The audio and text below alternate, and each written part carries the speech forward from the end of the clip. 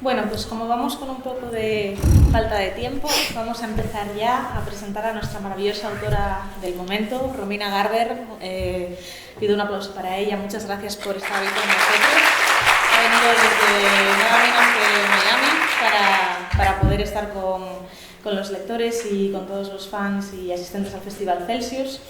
Me gustaría empezar hablando de la nueva saga, biología de Romina, Lobizona, que pronto, en apenas un par de semanitas, saldrá su segunda parte, Cazadora, en Estados Unidos, y esperamos que también la traiga Puck a España.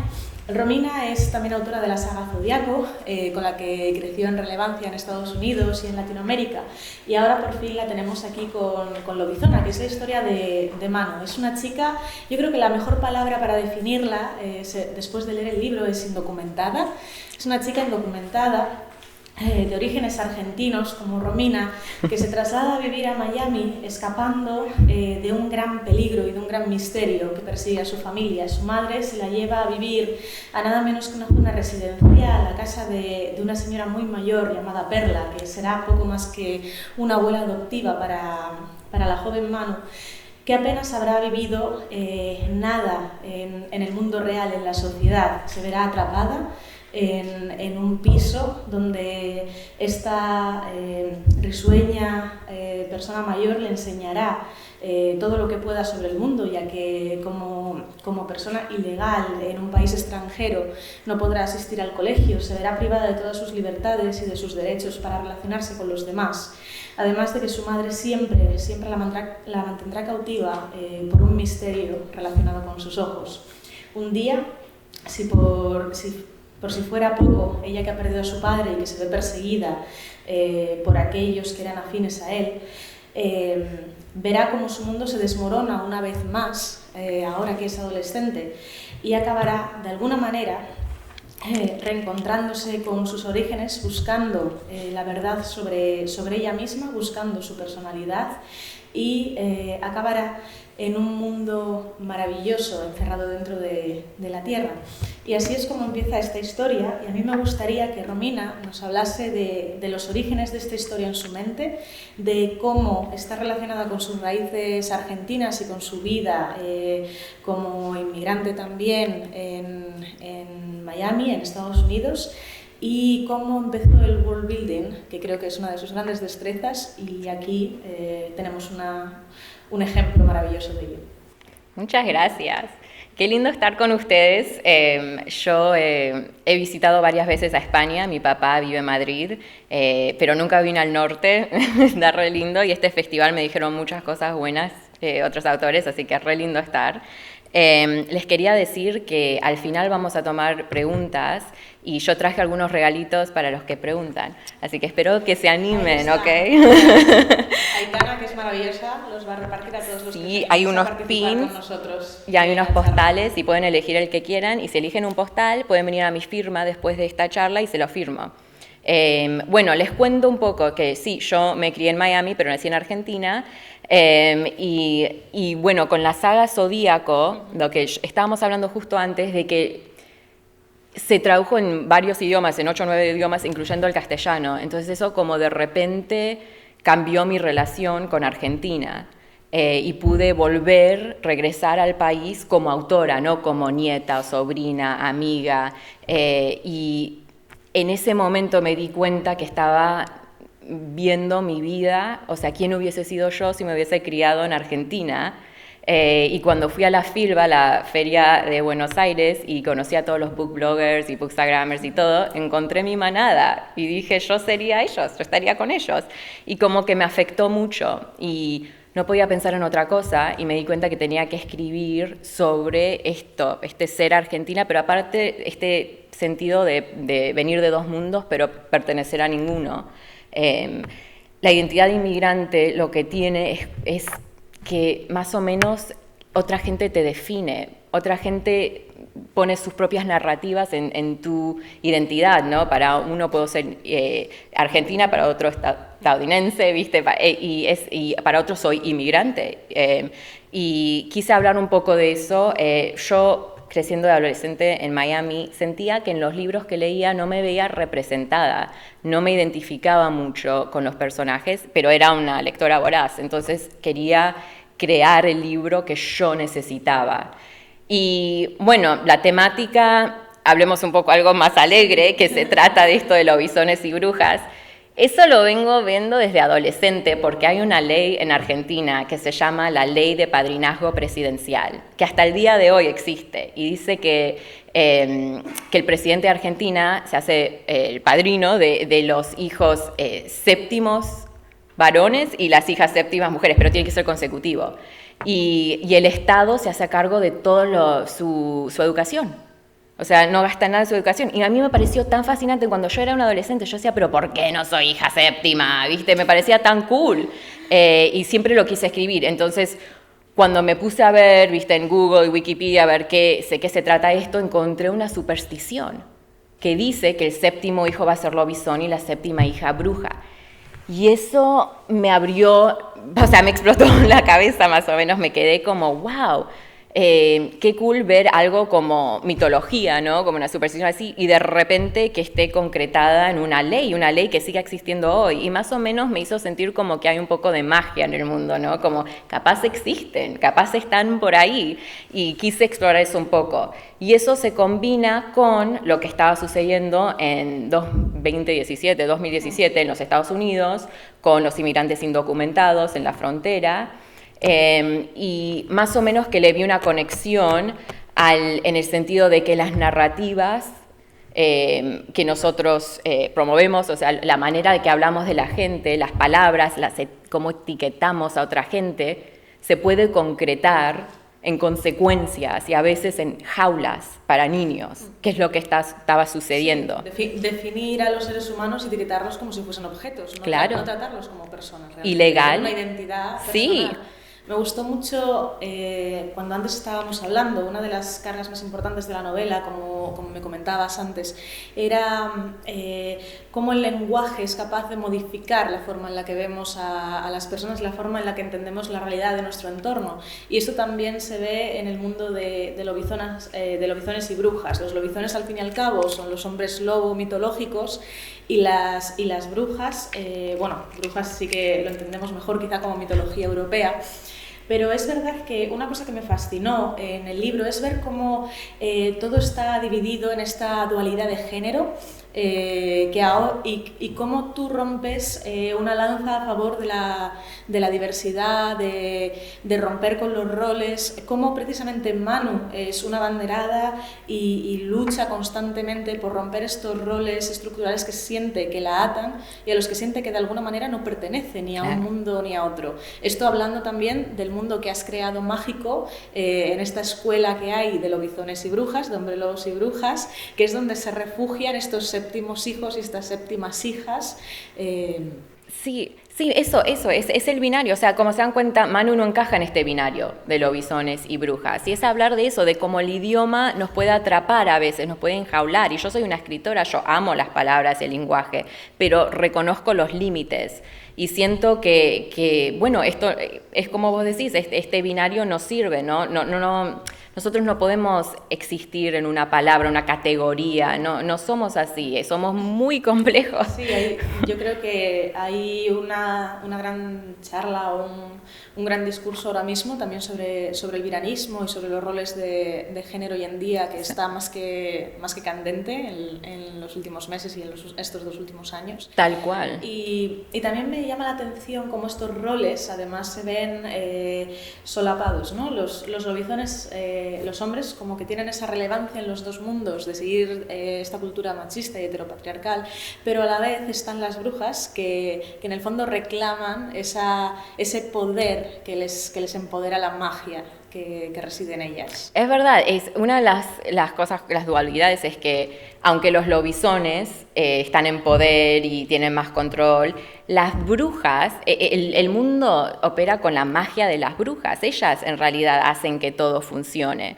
Y eso es un poco, viste, comentando en lo del machismo, todo el femicidio que se ve mucho en Latinoamérica, especialmente en Argentina, y quise comentar mucho en eso, en la dinámica de poder, y por qué una persona tiene poder y otra no. O sea, qué define eso, qué decide eso, y las variedades de poder, ¿no? Porque el poder a veces funciona en distintas maneras, y sin Manu, que la vemos como indocumentada y así como víctima más o menos, en realidad si no tuviese poder no sería una amenaza tan grande. Eso es el secreto, ¿no? Es descubrir el poder que llevamos por dentro, y que muchas veces cuando la gente, viste, nos enjaula o crea estos problemas es porque tenemos ese poder por dentro, y muchas veces lo más poderoso que tenemos es nuestra voz.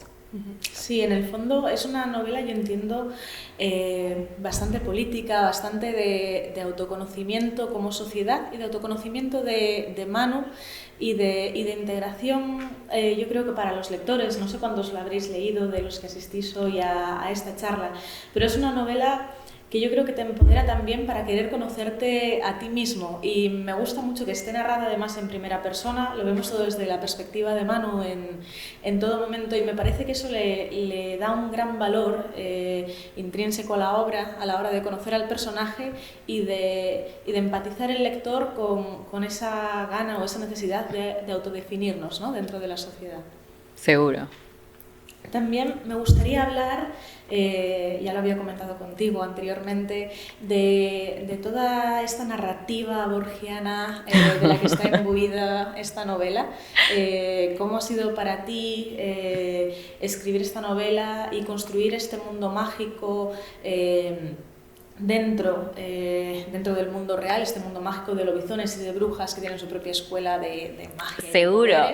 Y cómo lo juntas con tus referentes literarios. Eso, a mí me encanta incluir eso, porque es como que los autores estamos en diálogo a través del tiempo, más o menos. Entonces, y aparte es muy orgánico al personaje de Manu. Manu no tiene amigos, no sale del departamento, entonces sus amistades reales son ficticias. Ella, todo son los libros, bueno, los shows de tele, la cine, pero los libros.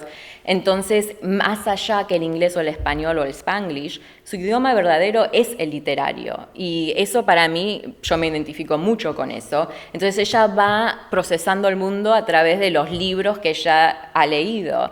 Y bueno, Borges es una influencia muy grande, y Borges es un autor argentino, y aparte cuestiona muchas temáticas, ¿no? Que es la originalidad, que es la inmortalidad, que es estas cosas. Y bueno, más o menos Manu, que no encaja nada, es una cuestión. ¿Esto es original o no? ¿Viste? ¿Qué es esto? ¿Qué es ser un indocumentado? Y es una palabra muy linda, indocumentado, porque es algo que no fue documentado antes. Quiere decir que sos única, y eso es divino.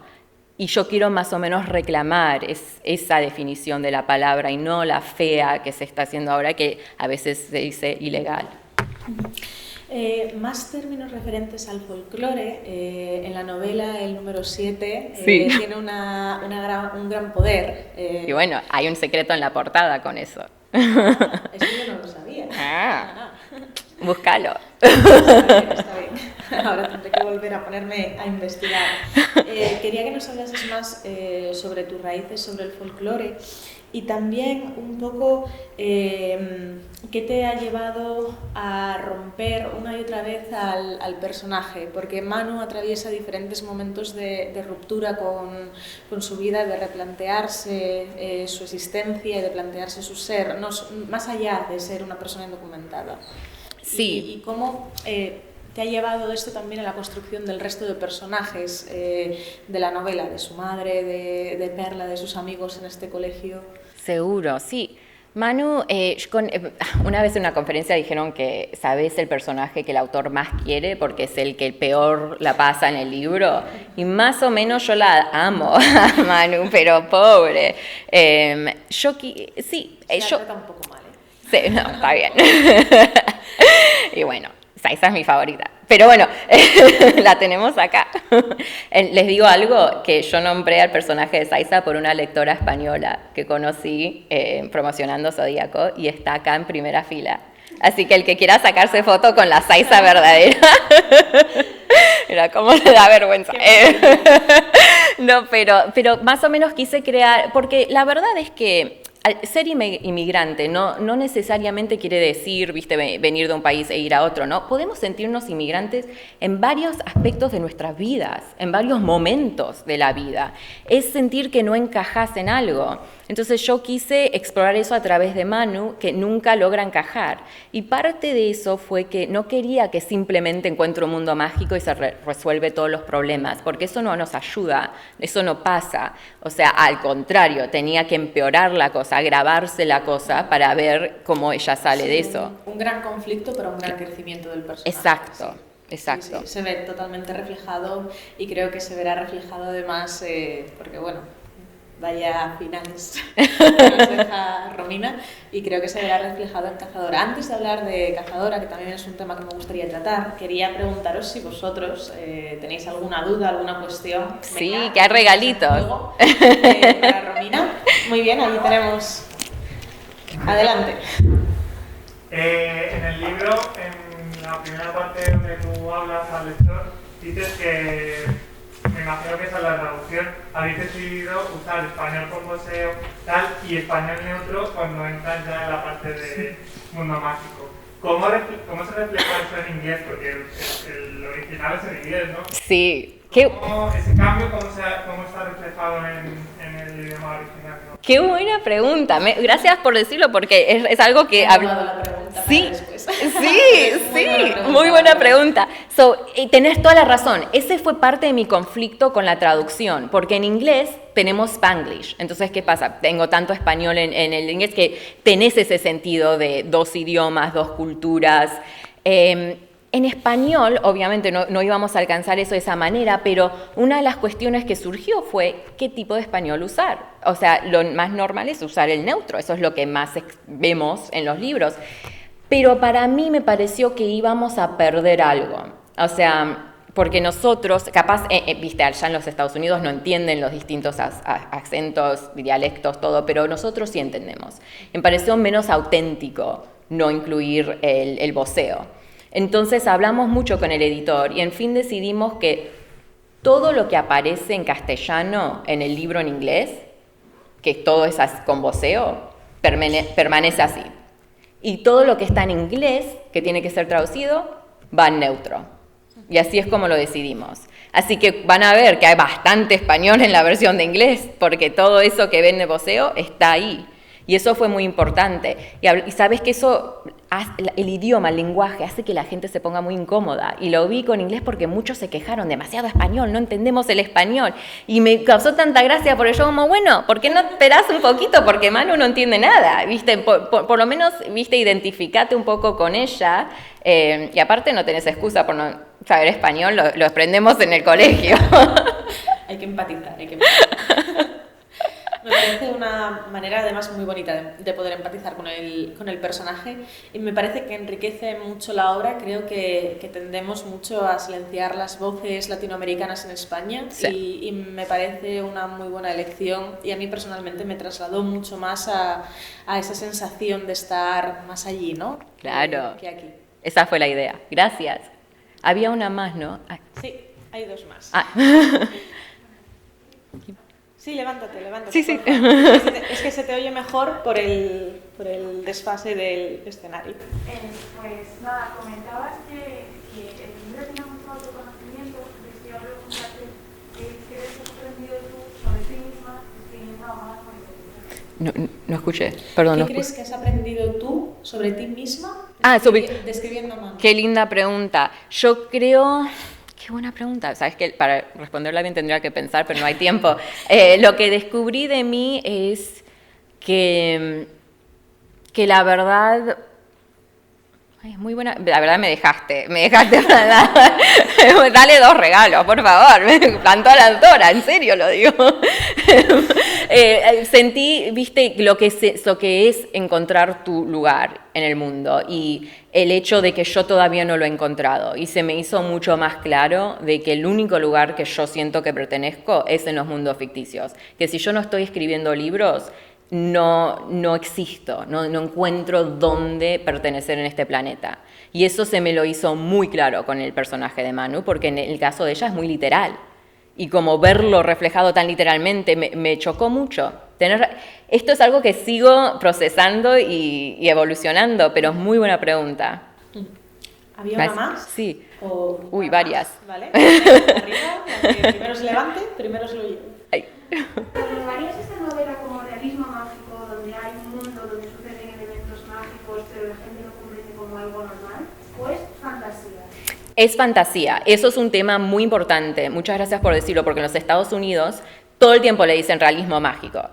Y me molesta mucho porque no necesariamente, no es realismo mágico en primer lugar, porque como vos decís, no hay unas reglas en realismo mágico y solo lo dicen porque ven que es latino. Entonces le dicen, tiene que ser realismo mágico. Y me molesta mucho porque es fantasía y es para demostrar que nosotros también podemos existir en mundos fantasiosos. En el principio del libro, para Manu, la saga que la ayudó mucho fue la de Harry Potter, porque ella era chiquita, lo encontró esto y todo. Y ella quiere que la mamá lea Harry Potter, la mamá no quiere leerlo. Entonces, cuando le dice, ¿por qué? Le dice, nombrame un personaje latino y lo leo. Y eso es como yo me sentí también. Yo me encantaba Harry Potter cuando era chiquita y todo, pero no me veía, no había nadie latino. Entonces, quise mostrar que el chosen one en una escuela de mágica no tiene que ser un varón así, ¿viste? También puede ser una niña latina, indocumentada, y ella también puede ser muy importante. Sí, dar nuevos referentes. Claro, eso. Sí. Eso. Nuevos espejos, ¿no? Sí. ¿Había otra más? Sí. Gracias. Habéis mencionado que el libro es muy político y creo que es muy importante, ¿no? Que es tan actual, especialmente dirigido al público juvenil. Y eso era mi pregunta. Desde el principio, cuando empezaste a escribir el libro, ¿sabías que es el libro juvenil? ¿O eso fue impuesto después por, no sé, editor o al ver más o menos cómo acabó toda la historia? Sí, yo soy escritora de literatura juvenil. O sea, para mí viene primero lo juvenil y después ciencia ficción, fantasía, romance, horror, lo que sea. Pero primero es juvenil. Y eso es muy importante porque la literatura juvenil, aunque la leamos, viste, a cualquier edad la leemos, yo la sigo leyendo, tiene que ser principalmente para un adolescente, porque eso es lo único que lo distingue de fantasía de adultos.